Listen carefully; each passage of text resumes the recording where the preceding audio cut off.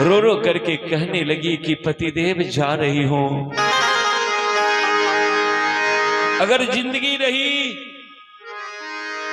तो कभी मिल जाऊंगी मार्ग में, और कहीं मर गई तो नहीं मिलूंगी स्वामी। मेरा अंतिम प्रणाम आप स्वीकार कर लीजिए, जा रही हूं। पति के दोनों चरण पकड़ के माता शिव्या फूट फूट के रो रो के कहती है, अकलता कर रही हो अयोध्या के महारानियों नरेज। अरे कलता कर रही पिया बाहो अयोध्या के रे महरनियों रे जान, हे जान रे अयोध्या के रनियों रे जान, रे जान रे जान, आजू रे भेलौ काशी नौकरनियों रे जान, आजू रे भेलौ काशी नौकरनियों रे जान।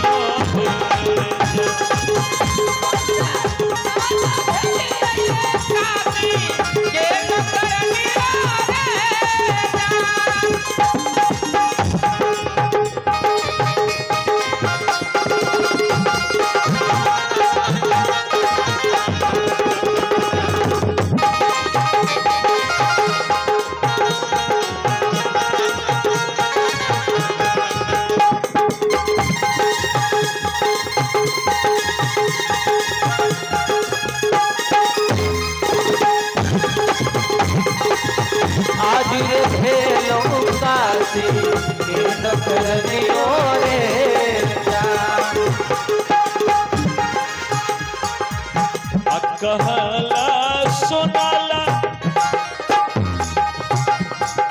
अपिया बाहो माफ सब करियो नरे जान। अरे कहला सुनाला सब माफ कर दी हो रे जान, रे जान रे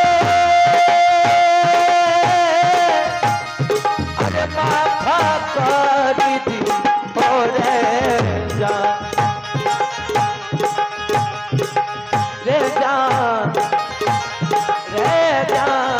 आज रे भेलौ काशी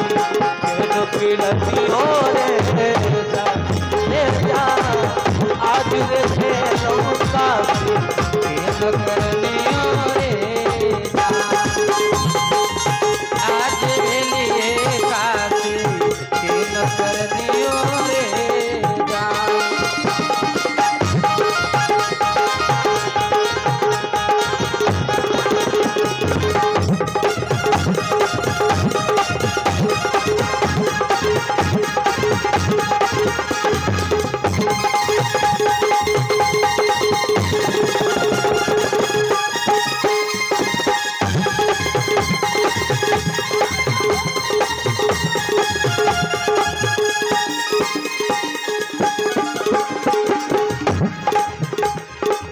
कागज लिखल का पिया बाहो पानी में गली गई कागज लिखल का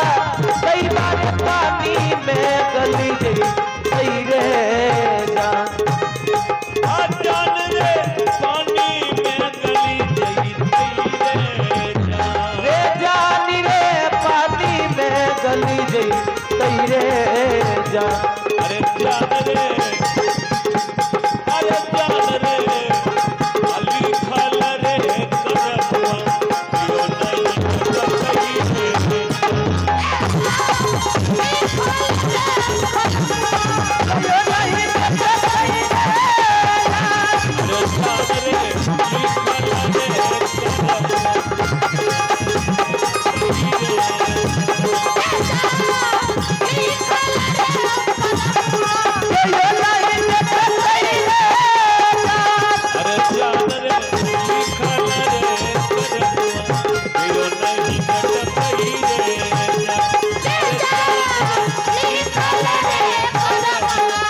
यो नहीं कतई रे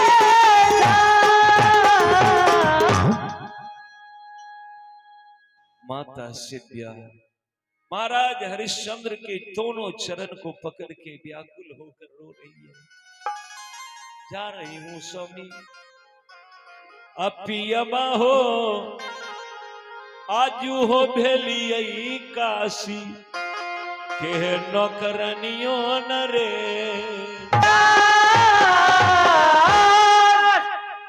देखिए महाराज हरिश्चंद्र से ये दृश्य देखा नहीं जा रहा।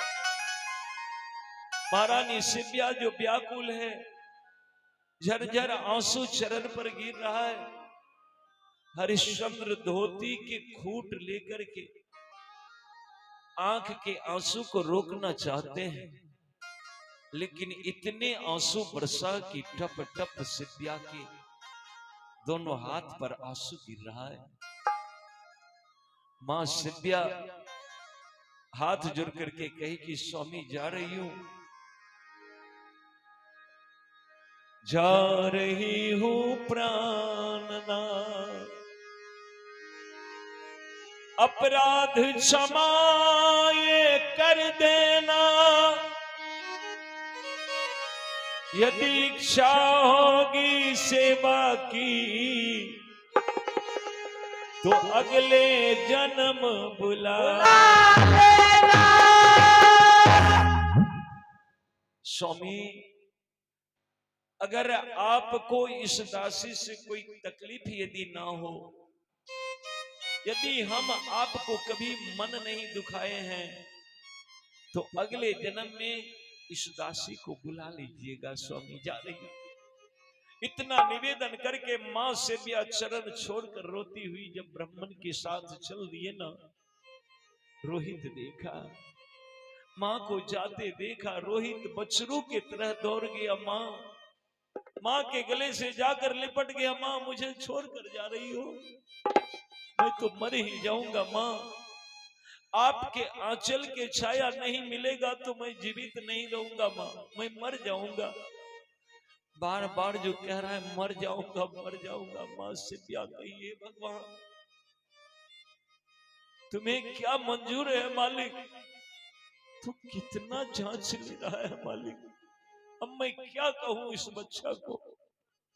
मां सिब्या रोहित को गले से लगाकर रोने लगी। ब्रह्मन देव कहते दासी चाल विलंब हो रहा है। हाथ जोड़ करके मां सिब्या अपने मालिक से कही कि मालिक ये मेरा बेटा है, देख रहे हैं मालिक रो रहा है, आप यदि आज्ञा दे मालिक तो अपने बेटे को साथ में लेकर चलूं। मालिक आप एक रोटी हमको दीजिएगा ना खाने के लिए, बस एक ही रोटी में हम संतोष कर लेंगे, दोनों माँ बेटा मिल बांट कर खा लेंगे, दूसरा रोटी आपसे नहीं मांगूंगी मालिक, ले चलूं अपने बेटे को। मालिक कहा ठीक है ले चलो। तो रोहित को लेकर के मां सिब्या चली गई। वो सपना पूरा हो गया। मां सिब्या तो चली गई ब्राह्मण के साथ। 28-29वां दिन बीत गया। हरिश्चंद्र नहीं बिका, 30 बार सोना लेकर के काशी हाट में टक टक तारा को देख रहा है। दुबिया पर सोया हुआ है। चक्रवर्ती सम्राट का ये हाल है, क्यों? तो सत्य पर चला है। सत्य धर्म पर चलने वाले को सर्वदा जांच देना पड़ा है। देखिए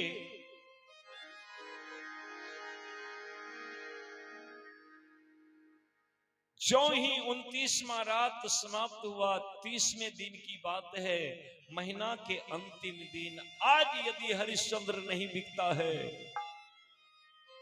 तो हरिश्चंद्र का सत भ्रष्ट हो जाएगा।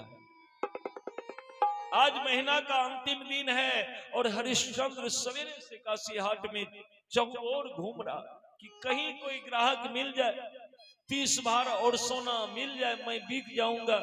30 भार मैं अपना वाला, 30 भार सिपिया वाला, 60 भार सोना लेकर के कर्ज उतार दूं। लेकिन दिन ढल गया, सूरज भगवान अस्ताचल में चले गए, कोई खरीदने वाला नहीं मिला। हरिश्चंद्र के आंख में आंसू आ गया। कहा, ए भोले बाबा, तुम तो किसी को निराश नहीं किए।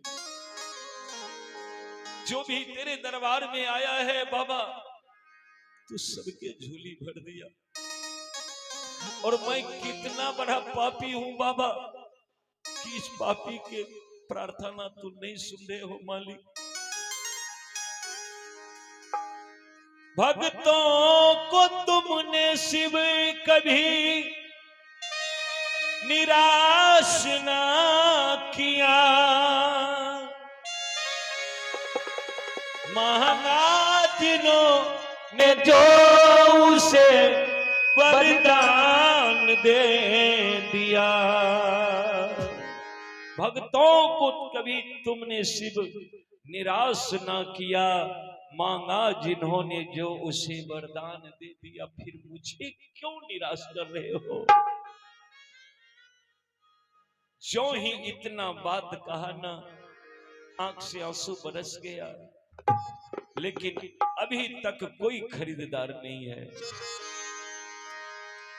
हरिश्चंद्र देखा कि सूरज भगवान अब अस्त होने जा रहा है। सूरज अस्त हो जाएगा, महीना पूरा हो जाएगा। मैं तो वचन देकर आया हूं कि 1 महीना के अंदर में विश्वामित्र को 60 भार सोना दूंगा, और यदि नहीं बिका तो कहां से 60 भार सोना दूंगा? मेरा वचन झूठा हो जाएगा। तो वचन झूठ होने से पहले इस दुनिया को छोड़ दिया जाए, ये विचार कर हरिश्चंद्र शमशान की तरफ चल दिया। सूरज अस्त होने जा रहा है, सूरज अस्ताचल की ओर जा रहा है और हरिश्चंद्र शमशान की तरफ जा रहा है। कवि ने लिखा कि सच ही कहते हैं मुसीबत में कोई यार नहीं, सच कहते हैं मुसीबत में कोई यार नहीं, सच कहते हैं मुसीबत में कोई यार नहीं, सच कहते हैं मुसीबत में कोई यार नहीं, सच कहते हैं मुसीबत में कोई यार नहीं, सच कहते हैं मुसीबत में कोई यार नहीं, सच कहते हैं मुसीबत में कोई यार नहीं, सच कहते हैं मुसीबत में कोई यार नहीं। आज काशी में मेरा कोई खरीदार नहीं, आज काशी में मेरा कोई खरीदार नहीं, मेरा कोई खरीदार नहीं, आज काशी में मेरा कोई खरीदार नहीं, आज काशी में मेरा कोई खरीदार आज काशी में मेरा कोई खरीदार नहीं। शमशान जो गए हरिश्चंद्र जलने के लिए, एक चिता में कूद रहा था कि इसी में कूद करके जलकर भस्म हो जाना है। बस शमशान भूमि के मालिक कालू, जिसका नाम है कालू सरदार, देखा, हल्ला किया, ए जलने वाले रुको। उनके पास गया, क्यों जल रहे हो? कहा कि मालिक, अब दुनिया में मुंह दिखाने के लायक नहीं रहा, जलकर भस्म हो जाना चाहता हूं।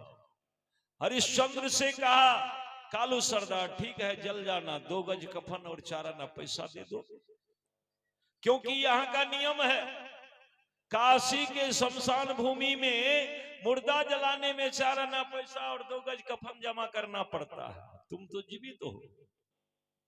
हाथ फैला दिया, हरिश्चंद्र रोने लगा, कहा हे भगवान,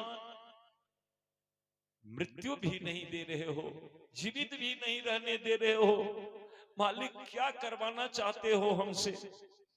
जो ही भगवान के स्मरण करके हरिश्चंद्र रोने लगा ना, तो कालू सरदार का भैया तू रो क्यों रहा है, क्या हुआ जो इतना रो रहा है। तब हाथ जोड़कर कहा, मालिक काशी आया था बिकने के लिए, 60 भार स्वर्ण एक ब्राह्मण के कर्ज है मेरे सर पर, और मैं वो कर्ज उतारने के लिए काशी आया था बिकने के लिए। पत्नी को तो बेच दिया 30 भार सोना में, लेकिन मैं खुद नहीं बिक सका, इसीलिए देखिए ये 30 भार स्वर्ण मेरे पास है, और मैं अब नहीं बिका तो क्या करूंगा दुनिया में रहकर। आज सूर्य अस्त होने से पहले यदि 30 भार स्वर्ण नहीं दिया ना, तो वो मालिक 1 लाख दुर्वचन हमें कहेंगे। इसीलिए मैंने फैसला किया कि मालिक को मुंह नहीं दिखाएंगे, जलकर भस्म हो जाएंगे।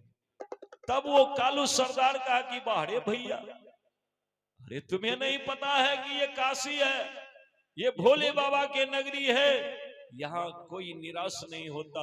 अरे तुम्हें बिकना है? कहा हाँ। कहा तो हम खरीद लेंगे, तो बोल कीमत। कहा मालिक 30 भार स्वर्ण दे दीजिए। जो ही 30 भार स्वर्ण मांगा, बस कालू सरदार 30 भार स्वर्ण दे करके हरिश्चंद्र को खरीद लिया। बोलिए काशी विश्वनाथ की जय। 30 भार स्वर्ण देकर हरिश्चंद्र को खरीद तो लिया, पर कालू सरदार कहा कि भैया पहले जा, कहाँ है तेरा मालिक, किससे कर्ज लिए हो। कहा कि वो एक महात्मा है। कहाँ मिलेगा? कहा काशी हाट में। कहा कि जा कर्ज उचार के आ जा यहाँ पर। हरिश्चंद्र आश्चर्य में पड़ गए कि इतना विश्वास, लेकिन कालू सरदार तो देख लिया कि सच्चा इंसान है, किसी को 1 रुपया लेकर कहीं नहीं जाने वाला है। कर्ज उतारने के लिए, बिकने के लिए आया है, तो लेकर के थोड़े भागेगा। कहा जाओ पहले सोना दे करके आओ, तब बात करेंगे। हरिश्चंद्र काशी हाट जाता है, 30 भार अपने जो बिका वो, और 30 भार सिव्या को जो बेचा वो, दोनों सोना को एक जगह करके 60 भार स्वर्ण लेकर और विश्वामित्र को दे दिया। बोलिए बजरंगबली की। विश्वामित्र तो सोचा कि अब सूर्य अस्त होने वाला है, नहीं बिका, लेकिन काशी विश्वनाथ में भोले बाबा लाज रख लिया। हरिश्चंद्र बिक गया, 60 भार स्वर्ण अदा करके कालू सरदार के पास आ गया। कालू सरदार कहा कि भैया तेरा नाम क्या है, लीजिए। फिर परीक्षा शुरू। अब हरिश्चंद्र सोचा कि ये नाम पूछ रहे हैं, यदि मैं कहूंगा कि मेरा नाम हरिश्चंद्र है तो ये चरण में गिर जाएगा, ये हमको अपने घर ले जाकर के पूजा करेंगे, आरती करेंगे, वंदन करेंगे, देवता के तरह मान सम्मान करेंगे, लेकिन मैं इनका 30 भार सोना लिया हूं, यदि इनके द्वार में नौकरी नहीं करूंगा, काम नहीं करूंगा, तो नमक हराम हो जाऊंगा, धर्म कैसे बचे। अगर नाम नहीं कहता हूं तो झूठ मुंह से निकल जाएगा। बड़ा धर्म संकट घिर लिया। फिर हरिश्चंद्र भगवान को स्मरण किए, मालिक कैसे कैसे जांच लेते हो, अब मैं क्या कहूं इनको। इतना जो ही भगवान से प्रार्थना किए हरिश्चंद्र की एक बात दिमाग में आया। हरिश्चंद्र कहा मालिक, हाँ। कहा कि आप मालिक हैं, हम नौकर हैं, आज से आप हमको हरिया कहिए। बोलिए भक्तवत्सल भगवान की जय। बच गया, सत्य बच गया। हरिश्चंद्र इतना बड़ा नाम है, उसको छोटा कर दिया, हरिया कहिए न मालिक। अब कालू सरदार को क्या पता कि ये हरिश्चंद्र है।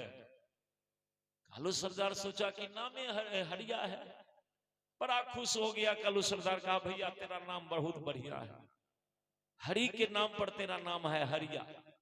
जितने बार तुम्हारे नाम लेंगे ना हम, मेरे जिह्वा पर हरि का नाम आ जाएगा, स्मरण हो जाएगा हरि का, इस पापी का बिगड़ी बन जाएगा तुम्हारी वजह से। बड़ा सुंदर नाम है। देखिए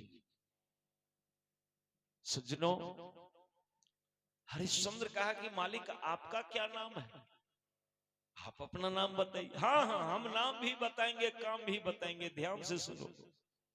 कहा कि नाम मेरा कालू सरदार, अमल हमारा दोनों पार, सालों भर यहाँ सोच दिवाली, बलि चढ़ा के पूजो काली, सो मैं लिया तुझको मोल, मोहर गांठ से दिया मैं खोल, आज से भय तू हमरे दास, कर कफन मांगने का रहा काज, जो कर कफन देने नहीं पावे, दाह क्रिया करने नहीं पावे। सुना, इसी शमशान में तुम्हें रहना है, जो कोई मुर्दा जलाने के लिए आएगा उससे 2 गज कफन चारा ना पैसा लेना है, तब मुर्दा जलाने देना है, यही तेरा काम है।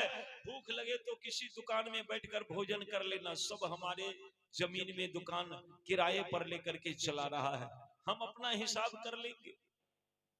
समझा करके काम दे करके कि हर मुर्दा जलाने वाले से 2 गज कफन चारा ना पैसा लेना, तब मुर्दा जलाने देना। कालू सरदार घर चले गए, हरिश्चंद्र को एक कंबल एक लाठी दे दिया। अब हरिश्चंद्र कंबल ओढ़ना बिछोना हो रहा है, हाथ में लाठी लेकर के शमशान में घूम घूम करके पहरा देते हैं, 2 गज कफन चारा ना पैसा लेते हैं, शाम को सब उठा करके मालिक के यहाँ पहुंचाते हैं। यही काम है। 24 घंटा में एक बार 1 कटोरा सत्तू घोलकर और वही सत्तू पी करके हरिश्चंद्र ड्यूटी करते हैं, पहरेदारी करते हैं। देखिए कितना बड़ा जांच है। हरिश्चंद्र को रहने दीजिए शमशान में, जरा चलिए माता शिव्या को देखते हैं क्या हुआ। आहा हा, माता शिव्या ब्राह्मणी जो देखी ना, 1 लाख गाली दिया माता शिव्या को, पंडित को गाली दिया, कहने लगी कि तुम नौकरनी लाए हो कि हमारे सौतीन लाए हो। माता शिव्या के कान में ये कटु शब्द जो ही पड़ा ना, माता शिव्या भगवान की तरफ नजर दौड़ा करके रोने लगी कि मालिक अब क्या बचा, हे भगवान तू हमें मृत्यु क्यों नहीं देते, बताओ। ये कहती सौतीन घर में लाए हैं। बाबू सोचनी अरे रह बनई हरबा, सोचली रह बनई हरबा, हो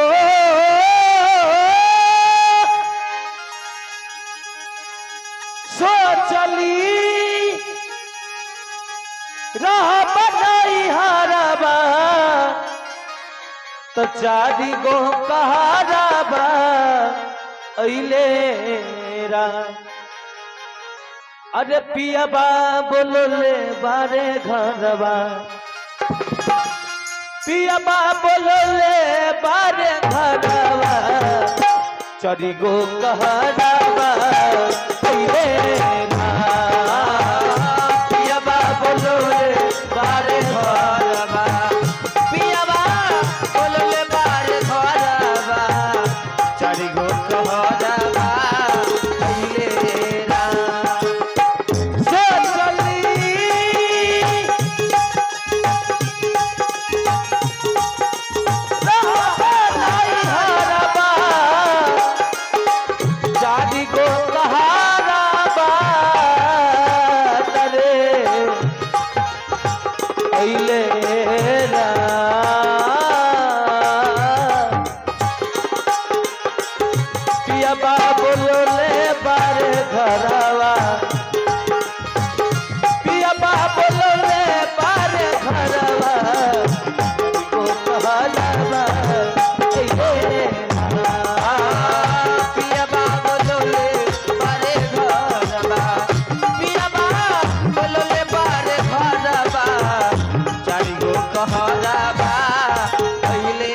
रा।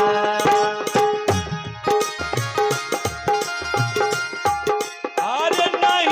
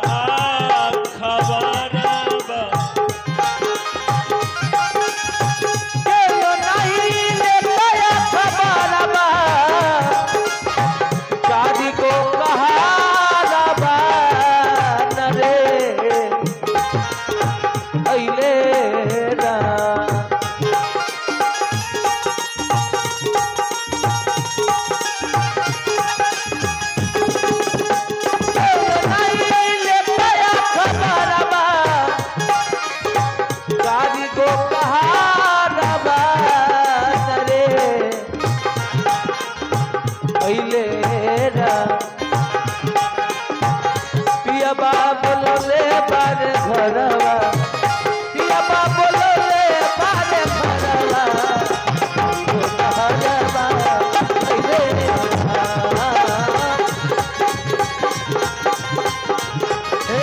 पिया बोलो ले बारे घरवा चारी को कहारवा पिया बोलो ले बारे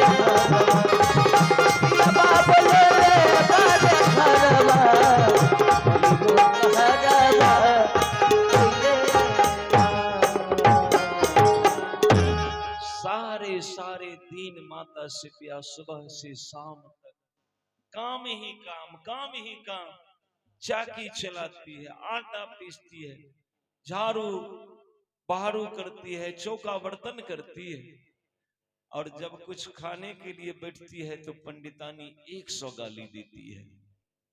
वो टुकड़ी भर रोटी हाथ में ही रह जाता है, खा नहीं पाती है। माता शिव्या दुख के दिन में किसी तरह से जीवित है बाबू। मां के ये दुर्दशा देखकर राजकुमार रोहित मां के बदला में बहुत काम करता है, फिर भी पंडितानी एक बढ़िया वचन नहीं कहती है। रोज दिन पंडित जी जब पूजा के लिए बैठते हैं उससे पहले रोहित फूल तोड़ कर ला देता था। विश्वामित्र क्या किया, नाग लोक जाकर के नाग को बुला करके ले आया, और विश्वामित्र के क्रोध के बारे में नाग सब भी जानता था। सोचा कि नहीं जाएंगे तो कोई ठीक है, श्राप देकर के पूरे खानदाने को जलाकर नष्ट कर देगा। नागराज डर से उनके पीछे पीछे आए। विश्वामित्र जी फुलवारी में जाकर बैठाकर नागराज से कहा, सुनो, इसी में हरिश्चंद्र का बेटा आता है फूल तोड़ने के लिए। आज ज्यों ही आवे बस तुम उसे डस लेना, मर जाएगा। अब मर जाएगा तब हरिश्चंद्र को देखेंगे कि उस सत्य को नहीं छोड़ता है। बेटा की लाश दिखेगा ना, सब सत्य धर्म निकल जाएगा। देखिए, नाग फन सजा करके फूल के नीचा में भय के मारे, नाग की इच्छा नहीं है कि हम रोहित को डसे, लेकिन अपनी प्राण सबको प्यारी होती है। नागराज फन सजा करके फूल के नीचे में खड़ा है, विवश हो रहा है। सूर्य देव से कहते हैं, सूर्य देव, रोहित को इधर मत आने देना। आपके कुल के अंतिम दीपक है रोहित। यदि आज रोहित मेरे पास आया तो मैं डस लूंगा, रोहित मर जाएगा, आपके कुल के दीपक बुझ जाएगा। सूर्य भगवान के कुल के हैं ये रोहित। आप कहेंगे कैसे, तो जरा ध्यान दीजिएगा। आदि पुरुष भगवान विष्णु के नाभि से कमल के दह निकला, उस पर ब्रह्मा की उत्पत्ति हुई। ब्रह्मा ही सारे